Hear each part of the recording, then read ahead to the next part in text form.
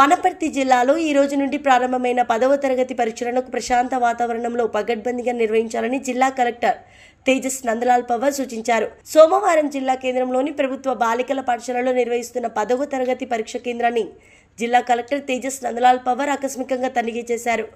పరీక్షల నిర్వహణ తీరును పరీక్ష కేంద్రంలో విద్యార్థులకు కల్పించక మౌలిక వసతులను పరిశీలించారు. పరీక్ష కేంద్రంలో విద్యార్థులకు ఎలాంటి అసౌకర్యం కలగకుండా అన్ని రకాల మౌలిక సదుపాయాలను ఏర్పాటు చేయాలని సూచించారు.